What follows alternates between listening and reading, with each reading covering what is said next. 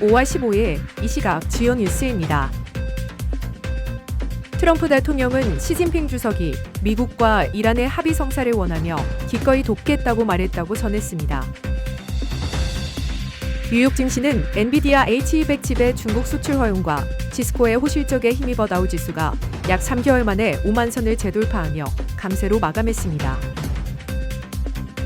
타스님 통신은 중국 측과의 협의로 일부 중국 선박의 호르무즈 해협 통과가 전날 밤부터 가능해졌다고 보도했습니다. 4월 수입 물가가 전월 대비 2.3% 하락했고 수출 물가는 전월 대비 7.1% 상승했습니다. 유럽 중앙은행 정책위원 야니스 스투르나라스는 오는 6월에 정책 금리를 인상할 것이라고 전망했습니다. 도널드 트럼프 미국 대통령은 시진핑 중국 국가주석이 미국과 이란의 종전 합의를 위해 기꺼이 돕고 싶다는 의사를 밝혔다고 전했습니다. 트럼프 대통령은 폭스뉴스와의 인터뷰에서 시 주석이 호르무즈 해협이 개방되기를 원하고 있으며 이란이 토맥료를 부과하는 것도 마음에 들어하지 않는다고 말했습니다. 또한 시 주석은 중국이 이란에 군사 장비를 제공하지 않을 것이라고 밝혔으며 중국이 이란산 석유를 계속 구매하길 희망한다고 전했습니다. 트럼프 대통령은 중국이 보잉 항공기 200대를 구매할 것이라고 덧붙였습니다. 뉴욕 증시의 3대 주가 지수가 강세로 마감했습니다. 다우존스 산업지수는 전장보다 0.75% 오른 5063.46의 거래를 마쳤고 S&P 500 지수는 0.77% 상승한 7501.24. 나스닥 종합지수는 0.88% 뛴 26,635.22에 장을 마쳤습니다. 다우지수가 5만 선 위에서 종가를 형성한 것은 지난 2월 11일 이후 처음입니다.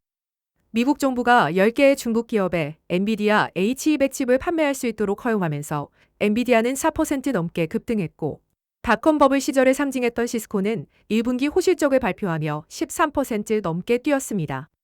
US뱅크 자산운용의 윌리엄 메르츠 자본시장 연구 총괄은 미국 개형주들을 중심으로 기업 펀더멘털이 놀라울 정도로 강하다고 밝혔습니다. 이란 방관영 타스님 통신은 일부 중국 선박이 전날 밤부터 호르무즈 해협을 통과하기 시작했다고 보도했습니다. 매체는 중국 외교부 장관과 주이란 중국 대사의 협의 이후 양국의 깊은 관계와 전략적 동반자 관계를 바탕으로 통한 편의 제공이 추진됐다고 전했습니다. 이와 함께 이란의 해협 관리 프로토콜에 합의하고 이를 준수하는 조건에서 전날 밤부터 일부 중국 선박의 통과가 가능해졌다고 매체는 지적했습니다. 한편 이란 국영방송은 이란 혁명수비대를 인용해 총 30척의 선박이 이란의 허락을 받고 호르무즈 해협을 통과했다고 보도했습니다. 한국은행이 4월 수출입 물가지수 및 무역지수 잠정을 발표한 결과 4월 수입 물가는 전월 대비 2.3% 하락했고 수출 물가는 전월 대비 7.1% 상승했습니다.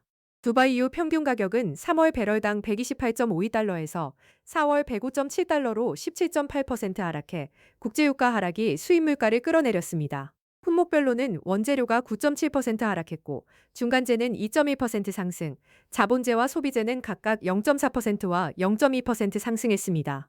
수출 물가는 컴퓨터 전자 및 광학기기 가격 상승의 영향으로 공산품이 7.1% 올랐고 특히 디램은 25%, 컴퓨터 기억장치는 71.4% 급등해 수출 물가 지수가 1998년 3월 이후 28년 1개월 만에 최고치를 기록했습니다. 한국은행 물가통계팀은 국제유가 하락이 영향을 미쳤지만 중동 전쟁에 따른 원자재 공급 불안이 지속될 가능성이 있어 향후 흐름은 예단하기 어렵다고 설명했습니다. 야니스 스투르나라스 유럽중앙은행 ECB 정책위원은 오는 6월에 정책금리를 인상할 것이라고 전망했습니다. 그는 현재 상황을 기본 시나리오가 아닌 부정적 및 최악의 시나리오로 규정하면서 국제유가와 호르무즈 해협 개방 여부가 핵심 변수임을 지적했습니다. 유럽중앙은행은 부정적 시나리오에서 유가를 배럴당 119달러, 유로존 소비자 물가지수 CPI를 3.5% 상승으로 최악의 시나리오에서는 유가를 145달러, CPI를 4.4%로 본다고 제시했습니다.